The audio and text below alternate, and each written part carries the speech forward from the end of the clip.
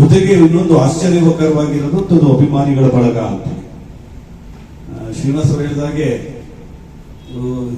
ಕೆಲವು ಕಡೆ ಕೆಲಸ ಮಾಡಿದ ಕಡೆ ಮೊದಲ ಅಭಿಮಾನಿ ಬಳಗ ಕಟ್ಟಿದ್ದು ಅಲ್ಲಿ ವಲಿಸ. ಈಗಲೂ ನಾನು ಹುಟ್ಟಿದ ಹಬ್ಬದಲ್ಲಿ ಅವರು ಬೇರೆ ಬೇರೆ ಕಾರ್ಯಕ್ರಮಗಳನ್ನ ಮಾಡ್ತಾರೆ. ಅದು 25 ವರ್ಷಗಳ ನಂತರ. ಅದಾದ್ಮೇಲೆ ಗಿರೀಶ್ ಅವರಲ್ಲಿ ಸೇರಿ ಗೌರಿಬಿದನೂರಿಗೆ ನಡೀತು. ಬಟ್ ಎಷ್ಟೊಂದು ದೊಡ್ಡ ಮಟ್ಟದಲ್ಲಿ ಅಧಿಕೃತವಾಗಿ ಮಾಡಲಿಕ್ಕೆ ಯೋಗ್ಯತೆ ನನಗಿಲ್ಲ, ಮಾಡಿಸ್ಕೊಳ್ಳೋ ಯೋಗ್ಯತೆ ನನಗಿಲ್ಲ ಅಂತೇಳಿ ನಾನು ಅದು ಅನ್ಕೊಂಡಿದ್ದೀನಿ. ಯಾಕೆಂತ ಹೇಳಿದ್ರೆ ಅದಕ್ಕೆ ತುಂಬಾ ಯೋಗ್ಯತೆ ಬೇಕು. ಅದನ್ನ ಕಳಿಸ್ಕೊಳ್ಬೇಕಾದ್ರೆ ಎಲ್ಲೋ ಯಾರಿಗೋ ಸ್ವಾರ್ಥ ಇರಬೇಕು.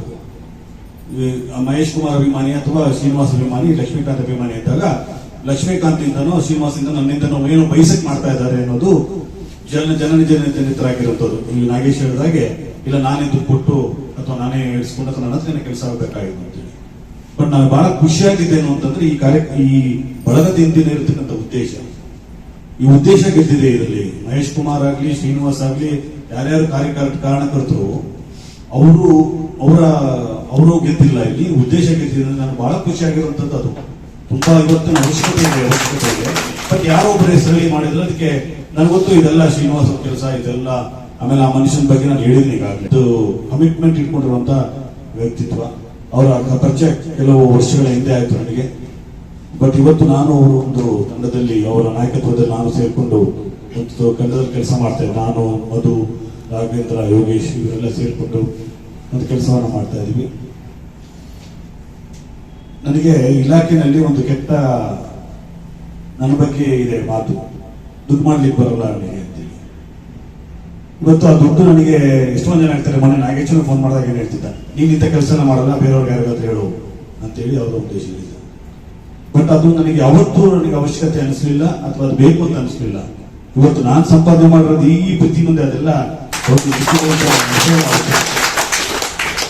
ಇವತ್ತು ನನ್ನ ಜೀವಕ್ಕೆ, ನನ್ನ ಹೃದಯಕ್ಕೆ, ನನ್ನ ಮನಸ್ಸಿಗೆ ಹತ್ತಿರವಾದಂತಹ ವ್ಯಕ್ತಿಗಳು ನನ್ನ ಸುತ್ತಮುತ್ತ ಇದ್ದಾಗ ಬೇರೇನು ನಿನಗೆ ಅವಶ್ಯಕತೆ ಇಲ್ಲ ಅಂತ ಅನಿಸ್ತದೆ.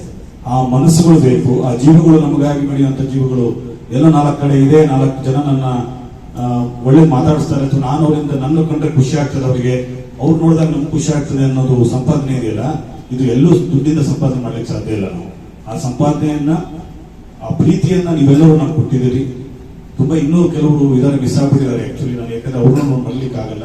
ಬಟ್ ಅವರು ಏನು ಸಂಪರ್ಕಕ್ಕೆ ಬಂತು ಅವನ್ನೆಲ್ಲ ಇವತ್ತು ತಗೊಂಡಿದ್ದಾರೆ. ಮತ್ತೊಮ್ಮೆ ಹೇಳ್ತೀವಿ, ಈ ಎಲ್ಲದಕ್ಕೂ ಮತ್ತೆ ನಾನು ಯೋಚನೆ ಮಾಡೋದೇನು ಅಂದ್ರೆ, ಪ್ರತಿ ಸಾರಿ ಯೋಚನೆ ಮಾಡ್ಬೇಕು ಇದಕ್ಕೆಲ್ಲ ನಾನು ಅರ್ಹನ ಅಥವಾ ಯೋಗ್ಯ ಇದೀನ ನಾನು ಅಂತೇಳಿ ಅವಲೋಕನ ಮಾಡ್ಕೊಳ್ಳುವಂತ ಅವಶ್ಯಕತೆ ಇನ್ನು ಮುಂದೆ ಬರಲೇಬೇಕಾಗ್ತದೆ. ಯಾಕಂತ ಹೇಳಿದ್ರೆ ಇವೆಲ್ಲ ಇವತ್ತು ಏನು ನೀವು ಪ್ರೀತಿಯನ್ನ ತೋರಿಸ್ತಾ ಇದ್ದೀರಿ, ಆ ಪ್ರೀತಿಗೆ ಅರ್ಹತೆ ಮುಂದೆ ಹೋಗ್ತಾ ಅದಕ್ಕೆ ನಮ್ಮ ಮೇಲೆ ತುಂಬಾ ಜವಾಬ್ದಾರಿ ಶುರುವಾಗ್ತದೆ. ನನ್ನ ಪ್ರತಿಯೊಂದು ನಾವು ಯೋಚನೆ ಮಾಡಬೇಕಾಗ್ತದೆ. ಅಷ್ಟೆಲ್ಲ ಹೊತ್ತು ನನಗೆ ಒಳ್ಳೇದು ಮಾತಾಡಿದ್ದಾರೆ, ನನ್ನ ಬಗ್ಗೆ ಒಳ್ಳೆ ಅಭಿಪ್ರಾಯ ಇಟ್ಕೊಂಡಿದ್ದಾಗ, ನಾವೆಲ್ಲೋ ತಪ್ಪಿ ಅಥವಾ ನಾವೆಲ್ಲೋ ದಾರಿ ತಪ್ಪಿ ಹೋದಾಗ ಅಂತೇಳಿ ಆ ಜವಾಬ್ದಾರಿಯನ್ನ ಹೊರೆಯನ್ನ ಹೊರಿಸಿದ್ದೀರಿ.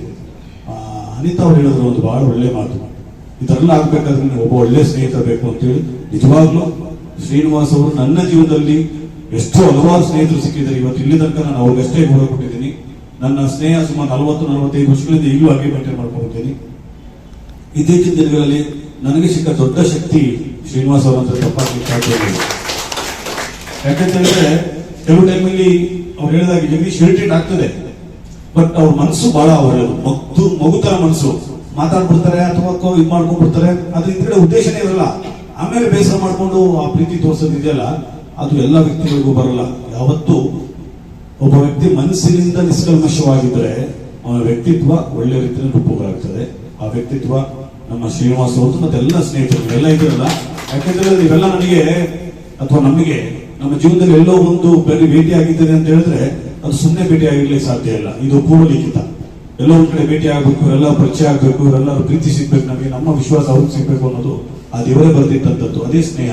ಸ್ನೇಹಕ್ಕೆ ತುಂಬಾ ಬೆಲೆ ಕೊಡೋಣ. ಇವತ್ತು ನನ್ನ ತಂದೆ ತಾಯಿ ನನ್ನ ಮೇಲೆ ದೊಡ್ಡ ಅಲಿಗೇಷನ್ ಮಾಡಿದ್ರೆ ನಿಮ್ ಸಂಬಂಧಗಳು ಬೇಡ, ನಿಮ್ಗೆ ಸ್ನೇಹಿತರೆ ಜಾಸ್ತಿ ಅಂತೇಳಿ ಇವತ್ತಿನ ಮಟ್ಟಿಗೂ ಅಲಿಗೇಷನ್. 51 ವರ್ಷ ನಾಳೆ ಶುರುವಾಗ್ತದೆ. ಅವತ್ತು ತನಕ ನನ್ನ ತಂದೆ ತಾಯಿ ಒಂದೇ ಅಲಿಗೇಷನ್ ಮಾಡೋದು ಒಂದೇ, ಬೇರೆ ದುಡ್ಡು ಮಾಡಿಲ್ಲ, ಬೇರೆ ಏನು ಮಾಡಿಲ್ಲ ಅಂತ ನನಗೆ ಯಾವತ್ತೂ ಅಲಿಗೇಷನ್ ಮಾಡಿಲ್ಲ. ಆ ಸ್ನೇಹಕ್ಕೆ ಎಷ್ಟು ಬೆಲೆ ಕೊಡುವಂತ ವ್ಯಕ್ತಿ ಅಂದ್ರೆ ಬೆಲೆ ಕೊಡ್ಲೇಬೇಕು ನಾವು. ಯಾಕಂತ ಹೇಳಿದ್ರೆ ಬೇರೆ ಬೇರೆ ಎಲ್ಲರಿಗೂ ಒಂದು ಸ್ವಾರ್ಥ ಇರ್ತದೆ. ನನ್ನ ಇರುತ್ತೆ, ಸ್ನೇಹಿತರಿಗೆ ಯಾವುದು ಸ್ವಾರ್ಥ ಇಲ್ಲ. ಹಾಗಾಗಿ ಆ ಸಂಬಂಧ ನಿಷ್ಕಲ್ಮಶ, ಅದೊಂದು ತುಂಬಾ ಪೂರ್ಣವಾದದ್ದು.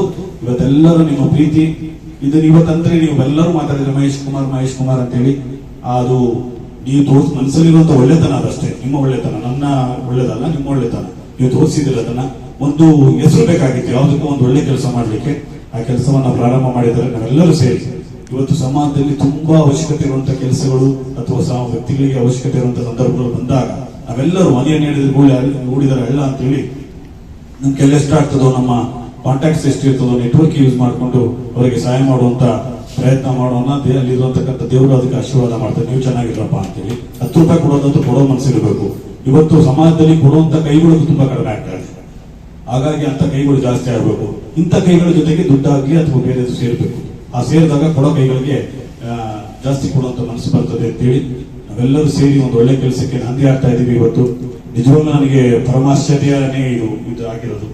ಯಾಕಂದ್ರೆ ಒಂದು ಮತ್ತೆ ಅದನ್ನ ರಿಪೀಟ್ ಮಾಡೋದು ಬೇಡ. ಅಭಿಮಾನಿಗಳ ಸಂಘ ಅನ್ನೋದು ತುಂಬಾ ದೊಡ್ಡ ಮಾತು. ಅಭಿಮಾನಿ ಅನ್ನೋದು ದೊಡ್ಡ ಮಾತು. ನಾವೆಲ್ಲ ಪ್ರೀತಿ ಪಾತ್ರರು, ಒಬ್ರಿಗೊಬ್ರು ಪ್ರೀತಿಗೆ ಇಷ್ಟಪಟ್ಟಿದ್ವಿ, ವಿಶ್ವಾಸ ಪಟ್ಟಿದ್ವಿ. ಅಭಿಮಾನಿ ಅನ್ನೋ ವರ್ಡ್ ತುಂಬಾ ದೊಡ್ಡದು. ಯಾಕಂದ್ರೆ ರಾಜ್ಕುಮಾರ್ ಹೇಳಿದ್ದಾರೆ ಅಭಿಮಾನಿದ ದೇವರುಗಳು ಅಂತೇಳಿ. ಆ ದೇವ್ರ ಮಟ್ಟಿಗೆ ನಾವು ಯೋಚನೆ ಮಾಡ್ಬೇಕಾದ್ರೆ ಅದಕ್ಕೆ ಅದಾನಲ್ಲ ನಾನು, ನನಗೆ ಅರಿವಿದೆ. ಸುಮ್ನೆ ನೀವೆಲ್ಲ ಹೇಳಿದ ತಕ್ಷಣ ಒಪ್ಕೊಳ್ಳಕ್ಕೆ ನಾನೇನು ದೊಡ್ಡನೂ ಅಲ್ಲ, ಅದನ್ನ ಅವಶ್ಯಕತೆ ನಾನು ಮೂರ್ಖನೂ ಅಲ್ಲ, ಬೇಡ. ಬಟ್ ಆ ಹೆಸರಲ್ಲಿ ಒಂದೇನೋ ಒಂದು ಒಳ್ಳೆ ಕೆಲಸ ಮಾಡ್ತಾ ಇದ್ರಿ, ದೇವರು ಈ ಕೆಲಸ ನೀವು ವಹಿಸ್ಕೊಂಡ್ಮೇಲೆ ಅದು 100% ಹಾಗೆ ಆಗ್ತದೆ. ಅದರಲ್ಲಿ ಯಾವುದೇ ಅಡೆತಡೆ ಇರ್ಲಿಕ್ಕೆ ಸಾಧ್ಯನೇ ಇಲ್ಲ. ಅದಕ್ಕಾಗಿ ನಾವೆಲ್ಲರೂ ಸೇರಿ ಒಂದು ಒಳ್ಳೆ ಕೆಲಸವನ್ನ ಮಾಡೋಣ. ನನ್ನ ಪ್ರೀತಿಯ ಹುಟ್ಟುಹಬ್ಬಕ್ಕೆ ನೀವೆಲ್ಲರೂ ಇಷ್ಟೊಂದು ಪ್ರೀತಿಯಿಂದ ಆಚರಣೆ ಮಾಡಿದ್ರಿ ಅಂದ್ರೆ ನನಗೆ ಇವತ್ತೇನಾಗ್ತಾ ಇದೆ, ಇವತ್ತು ನಂದು ಇನ್ನೊಂದು ಕುಟುಂಬದ ಎಕ್ಸ್ಟೆನ್ಷನ್ ಇವೆಲ್ಲ ಅಂತ ಎಷ್ಟೊಂದು ಜನ ನನಗೆ ನಾನು ಭೇಟಿ ಮಾಡಿ ನಾವು ಅನ್ಕೊಳ್ತಾ ಮತ್ತೊಮ್ಮೆ ಶ್ರೀನಿವಾಸ್ ಮಾತಿನಲ್ಲಂತೂ ಹೇಳಲಿಕ್ಕಾಗಲ್ಲ. ಐ ಡೋಂಟ್ ನೋ ಹೇಗೆ ಎಕ್ಸ್ಪ್ರೆಸ್ ಮಾಡಬೇಕು ಅಂತ. ನಿಮ್ಮ ಸ್ನೇಹ ನನಗೆ ಸಿಕ್ಕಂತ ಶಕ್ತಿ, ಆ ಸ್ನೇಹ ಚಿರಾಯವಾಗಿರ್ಲಿ, ಶಾಶ್ವತವಾಗಿರ್ಲಿ. ನಾವೆಲ್ಲ ಇನ್ನೂ ತಂಡವನ್ನ ಬೆಳೆಸ್ತಾ ಹೋಗೋಣ. ಯಾವುದೇ ಸ್ವಾರ್ಥ ಇಲ್ಲ ನಮ್ಮಿಬ್ಬರಿಗೆ, ಅದೊಂದು ಸ್ಪಷ್ಟತೆ ಎಲ್ಲರೂ ಹೇಳಿದ್ವಿ. ನಾವು ಯಾವತ್ತೂ ಸ್ವಾರ್ಥ ಇಲ್ಲ, ನಮಗೆ ಏನೋ ಪಡ್ಕೋಬೇಕು ಅಂತ ಯಾವತ್ತೂ ಅನ್ಕೊಂಡಿದ್ದಿಲ್ಲ. ಬಟ್ ಸಮಾಜಕ್ಕೆ ನಮ್ಮಿಂದ ಒಳ್ಳೇದಾದ್ರೆ, ಎಲ್ಲ ರೀತಿಯಲ್ಲಿ ಒಳ್ಳೇದಾದ್ರೆ ದಯಮಾಡಿ ಮಾಡೋಣ. ಅನೀಫ್ ಹೇಳಿದ ಒಂದು ವಿಷಯಕ್ಕೆ ನಾನು ಹೇಳ್ತೀನಿ, ಇವತ್ತು ನಮ್ಮ ಸಮಾಜದಲ್ಲಿ ಬೇರೆ ನಾನು ಗೊತ್ತಿಲ್ಲದಿರುವಂತದ್ದು, ಗೊತ್ತಿಲ್ಲದೆ ಮಾಡ್ತಾ ಇರುವಂತದ್ದು ಇದೆ. ಅದನ್ನ ಹೇಳ್ಕೊಳ್ಳೋ ಅವಶ್ಯಕತೆ ಇಲ್ಲ ಅಂತ ನಾವು ಹೇಳೋದಿಲ್ಲ ಅದನ್ನು. ಬಟ್ ಆ ಪ್ರೀತಿಗೆ ನಾವೆಲ್ಲರೂ ಒಂದಾಗಿರೋಣ. ನಮ್ಮ ಕುಟುಂಬ, ನಮ್ಮ ಎಕ್ಸ್ಟೆನ್ಷನ್ ಕುಟುಂಬ ದೊಡ್ಡದಾಗ್ತಾ ಇದೆ. ಇವತ್ತು ಮಹಾಲಕ್ಷ್ಮಿ ಬಾಣ ಬಂದಿದ್ದು ನಮ್ಗೆ ತುಂಬಾ ಖುಷಿ ಆಗಿದೆ. ಯಾಕಂತ ಹೇಳಿದ್ರೆ ನೀವು ಆ ಸ್ಥಾನದಲ್ಲಿದ್ದೀರಿ. ಇದಂತ ಯಾವುದೋ ಒಂದು ಚಿಕ್ಕದಿದ್ದು ನಿಮಗೆ, ಅದು ಆದ್ರೂ ಆ ಪ್ರೀತಿ ತೋರಿ. ಮಂಡ್ಯದಿಂದ ನಮ್ಮ ನಿರ್ಮಲ ಅವ್ರದಂತೂ ಆ ಪ್ರೀತಿ ನಾನು ಹೆಚ್ಕೊಳ್ಳಕ್ಕೆ ಆಗಲ್ಲ. ಬ್ರದರ್ ಅಂತ ಮಾತಾಡಿದಾಗ ಅದೆಲ್ಲೋ ನಮ್ಮ ಅಕ್ಕ ನಮ್ಮ ಜೊತೆಗೆ ಮಾತಾಡುವಂತ ಪ್ರೀತಿ ಇದು, ಅದು ಎಲ್ಲರಿಗೂ ಬರ್ಲಿಕ್ಕಿಲ್ಲ. ಅದನ್ನ ತೋರಿಸಿದಿರಿ.